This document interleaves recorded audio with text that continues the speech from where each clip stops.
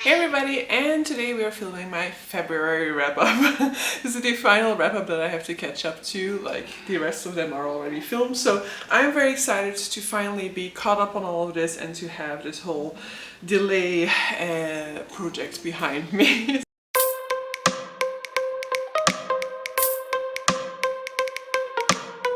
So from more or less now on, for me it's going to be regular content, but of course we need to catch up a few more months live for you guys, but they will be coming in the next 2 weeks, my March and April wrap up, so by that time we are caught up. So let's go and have a look. I am going to do this a little bit in the lazy style that I did my January wrap up, where there are some of these books that I physically own, but I'm not going to grab for them because, you know, I am somewhat done mentally with this whole catching up thing now, so it's somewhat of a hurdle for me to think of, like, oh, going to grab the books, and I'm like, no, you know, this is the final one, we are done with catching up, let's do this as easy as possible. For filming me, editing me will not be happy.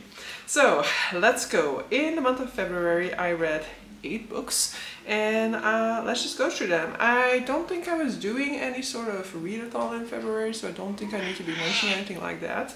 So the first thing, no, this is the other way around, you have to start at the bottom. The first thing that I read in the month of February is actually a reread, and I listened to this one, and I mainly listened to this one on a super long hike that I took, which I was totally unprepared for. I was absolutely not feeling my legs anymore after like 13 kilometers, and I still had 5 to go at that point in time. So it's a mystery that I made it back in any case, but I got to spend a lot of time with this audiobook along the way, and this is God Killer by Hannah Kaner, so the first book in the Fallen Gods series. I will be diving into the second book in the month of May.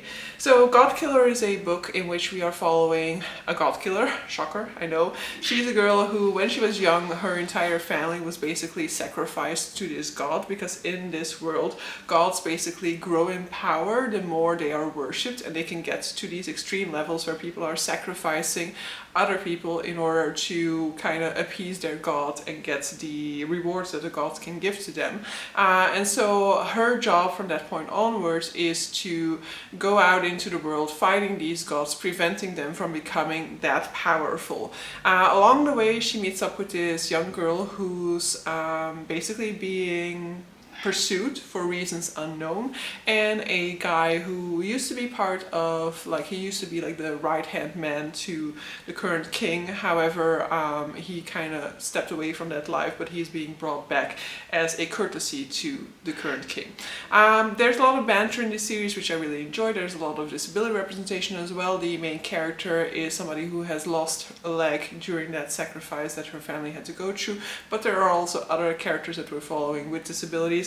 I like the casualness of the disability rep in this one. You know, it doesn't like highlight the disability and talk a lot about, you know, the way in which she has to adjust in order to deal with this leg and its pain, for example. It's definitely there to some extent, but it's not like super focused on, which, you know, I like it either way. I also like the stories that definitely dive into that a whole lot, but I also like the fact that we have representation like this in other books, this casualness of the disability representation, where it's just presented as a fact of life, the way that it is, the way that it would be if, you know, disability was seen as more of a normal thing, more of a standard thing that, you know, it doesn't seem to be like as taboo to some extent to talk about. Next up, I DNF'd a book. Sadly, February is going to be the month of the DNFs, I can already warn you, and that is Spin by Robert Charles Wilson. I was reading this for the TBR Spin project. This is a challenge in which you choose 12 books at the beginning of the year, and then every month a prompt gets selected, and you have to try and fit one of those 12 in, and if you can't, you like swap one of your books out in order to be able to fill a prompt. And this one, I don't actually remember the prompt for it anymore. It'll be on the screen, but I tried this one, but it just wasn't for me. This is one of the oldest books on my TBR. For TBR Spin, I decided to put my 12 oldest books on my want to read list into that challenge. And so this is one of the oldest one. It got recommended by Books with Emily Fox in, I believe, her like introduction to sci-fi video or first contact video. And I really wanted to like it, and I like the concept of it. So we're following 3 friends, I believe, who, when they are young, like a really like earth-changing event takes place, and they are basically surrounded by this entity, this thing that is blocking the skies for them, which is turns out to be, I mean, they don't really know what it is, and this then potentially will threaten the future of humanity. But it is definitely still more character focused than plot focused. However, I was not really getting along with the characters all that well. Not that I would say like they're unlikable characters or anything like that. I was just not that interested in the characters. I was more interested in this case in the sci-fi element and figuring out more about the sci-fi element, and I'm sure that we would have gotten that throughout the book. But the fact that I wasn't interested in the story of these characters meant that, you know, the pace at which this was evolving just didn't work for me, because I was like, yeah, whatever, I don't care about the drama between these three friends. I just want us to get to find out more. So I had to put this one down, because, you know, 2024 is the year of the DNF. If I'm not feeling it, I should just be putting it down. Next up, I finished Kushiel's Justice by Jacqueline Carey. This is the second book in the Imriel trilogy, which is the second trilogy within the Kushiel universe. This is a historic fantasy that has a sort of like second world location, but the second world is very much a reflection of our world. You can easily kind of identify the different cultures that are being represented, and this is in contrast to our current day world. This is taking place in basically the equivalent of France, I want to say, but this is a very much a sort of like sexually free representation of France. It's very much a, you know, love is the highest sort of like ideal to strive for, and if, you know, your love is for somebody of the same gender, then there is no taboo about that, whatever. So it's a very much it's a very much queer normative setting, for example, and I really enjoyed this world a whole lot. In the first trilogy we were following a girl called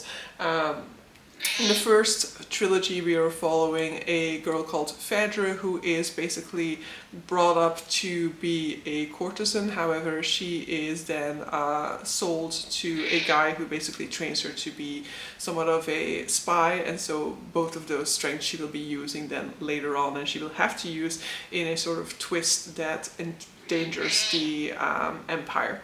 And I really enjoy these books, though I will say the pace for that is always a little bit of a struggle for me. I kind of struggle through a lot of the page counts in the book until something happens that really draws me in, and then I'm like flying through them. And so sadly with this second book, or sadly with the second trilogy, with the Imriel trilogy, which we're following a new character, I'm having less of those sort of like ooh intrigue moments. I'm more struggling with it than I am, you know, like enjoying it. So in the end I'm always like, I still appreciate these books, that I really admire, you know, the way in which Jacqueline Carey tells her story. I'm just less personally invested in this character, apparently, in what he is going through, than I was with Phaedra.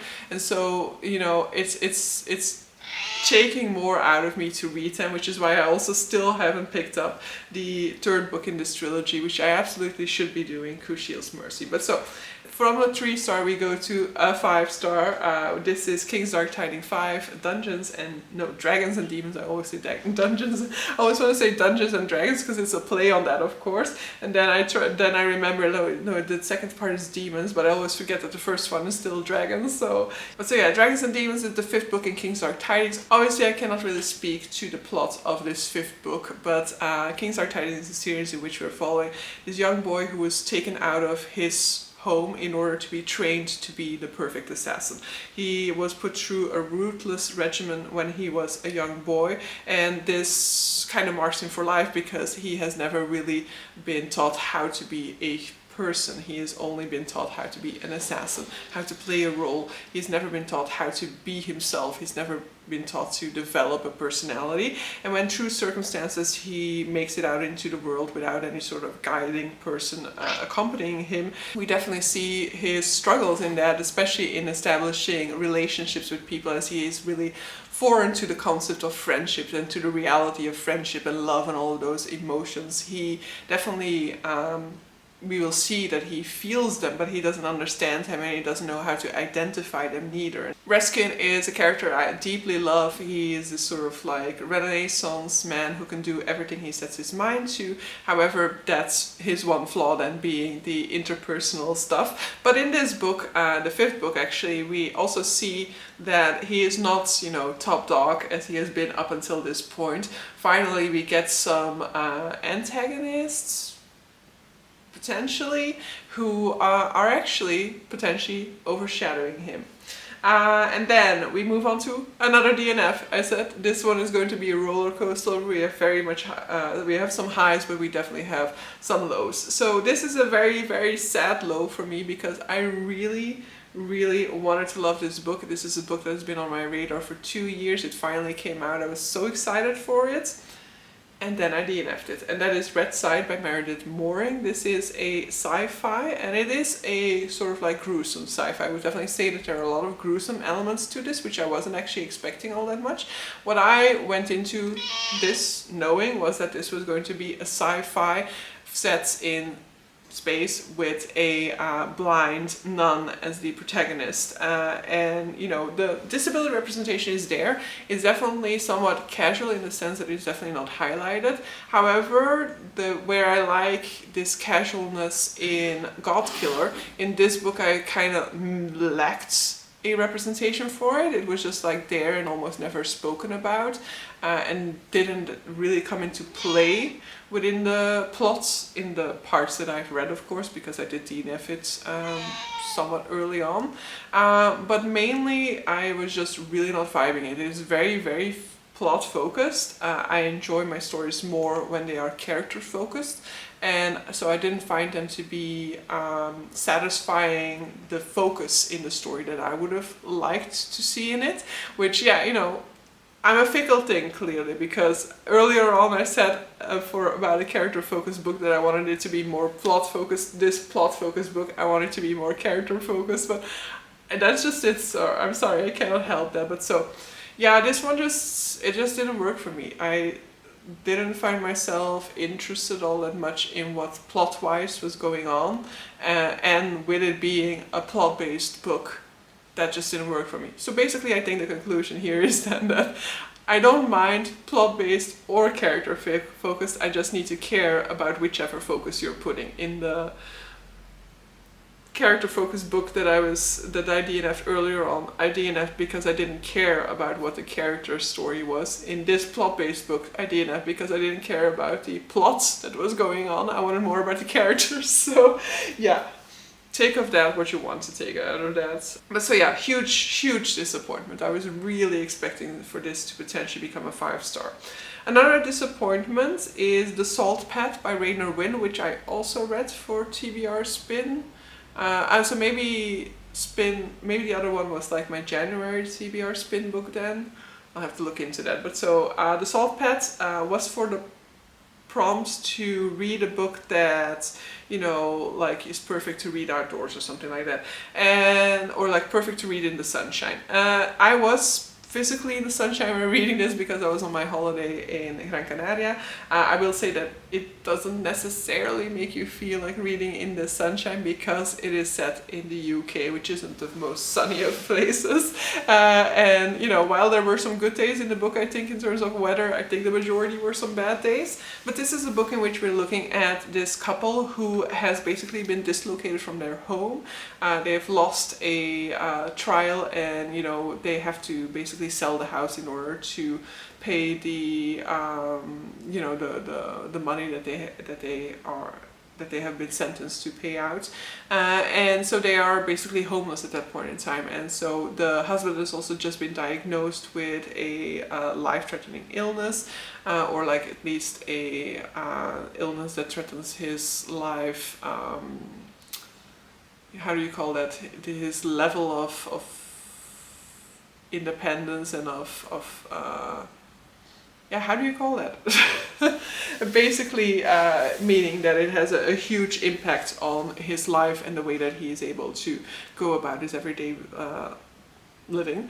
And so they end up deciding to hit the road. They've always wanted to hit the road and do the British coast path, and they've decided that, you know, not having any place to stay, if they just like living off of just like a meager amount of funds that they will be getting every month or so, if they manage to just live cheaply out on the roads, then they can just get by on the British coast path, and then they'll decide what to do after that. So while I didn't really know this background going into it, I knew that it was a book in which, you know, they're walking the British coast path, and that was the reason why I wanted to read it, because I do enjoy hiking, and I enjoy hiking content on YouTube, for example. I really enjoyed Wild by Cheryl Strait, and so I was like, oh yeah, give me another one of those books that's going to make me really want to hit the British coastal path. And I think that that is the main reason why I'm a little bit disappointed in this book, is because, you know, it didn't make me feel that way. It made me feel that way because I've been to parts of this path. I've been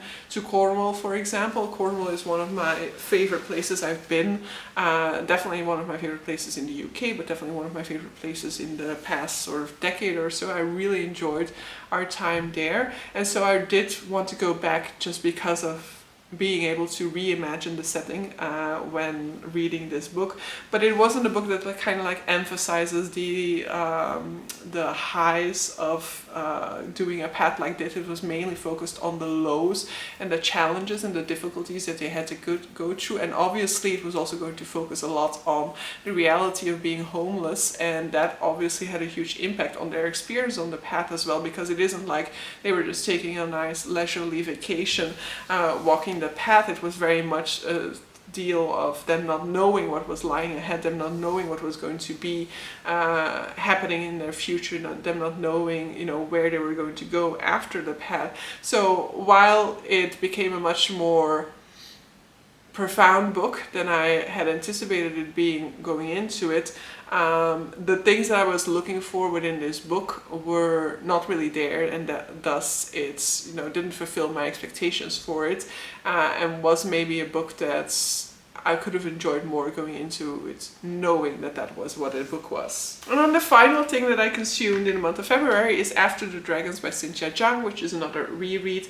This was the first book for my dragon-based read-along, There Be Dragons, and this one I really enjoyed the first time. This is a reread, as I said. I really wanted it to be the first book for this read-along as well, because it is a book set in China, and the whole inspiration for making this year the year to read dragon-based books is because this is the year of the dragon in the Chinese zodiac, and so I wanted this one to be the one, and I'm very happy to have reread it. I really still enjoyed it a lot. This is a story of two boys. One is a Beijing resident, the other one is an American coming over for a summer sort of internship at a science lab, and the boy who is Beijing based, he's basically going about Beijing rehabilitating dragons whenever he finds them, and then his day job is also dealing with dragons, and then they basically spark a friendship, and they basically try to work together to help rehabilitate these dragons, trying to find a way that they can, you know, make a more lasting impact on the dragon population of Beijing, because dragons have basically been hit very harshly by